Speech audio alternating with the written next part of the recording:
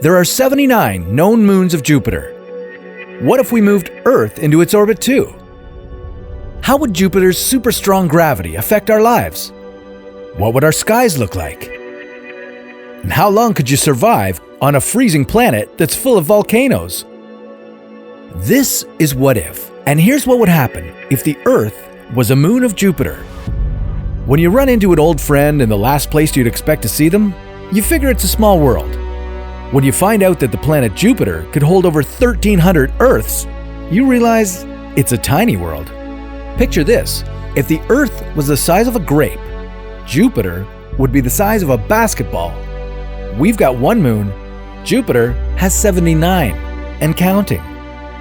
So yeah, Jupiter's a big deal. And orbiting it would be a dream for all you Instagrammers out there.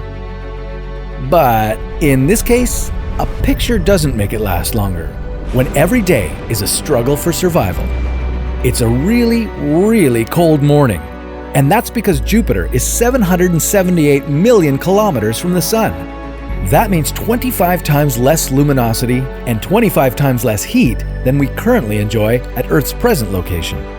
Fortunately, the Sun is super bright, so we'd still get daylight.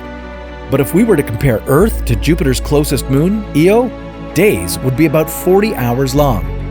Of course, that wouldn't really matter, because if you were born on the Earth moon of Jupiter, you'd probably grow up not knowing sunlight. The gravitational pull from Jupiter's other nearby moons and the planet itself would generate extreme tidal forces.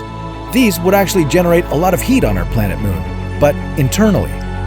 So yeah, that's how you end up in a world where if the cold doesn't get you, then maybe the daily earthquake, tsunami, or volcanic eruption will. Well, either that or you'll just be cooked to death. Jupiter's magnetic field is 10 times stronger than Earth's, meaning that it emits 1,000,000 times more radiation. So if you really want to make life on Jupiter's Earth moon work, living underground is your best bet. 1 year on Earth is 1 month on Jupiter, since it takes Jupiter 12 years to go around the Sun. Every month on Jupiter, the planet gets hit by about 12 to 60 comets or asteroids.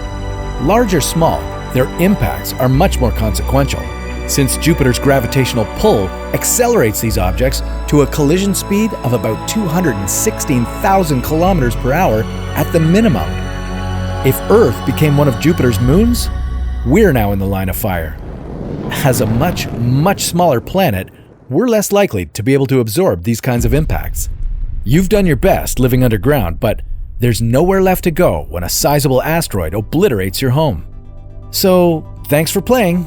Better luck next time. But really, what did you expect? Pitting a grape against a basketball? That's just cruel.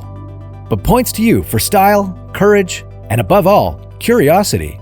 And keep asking questions. The sky's the limit on What If.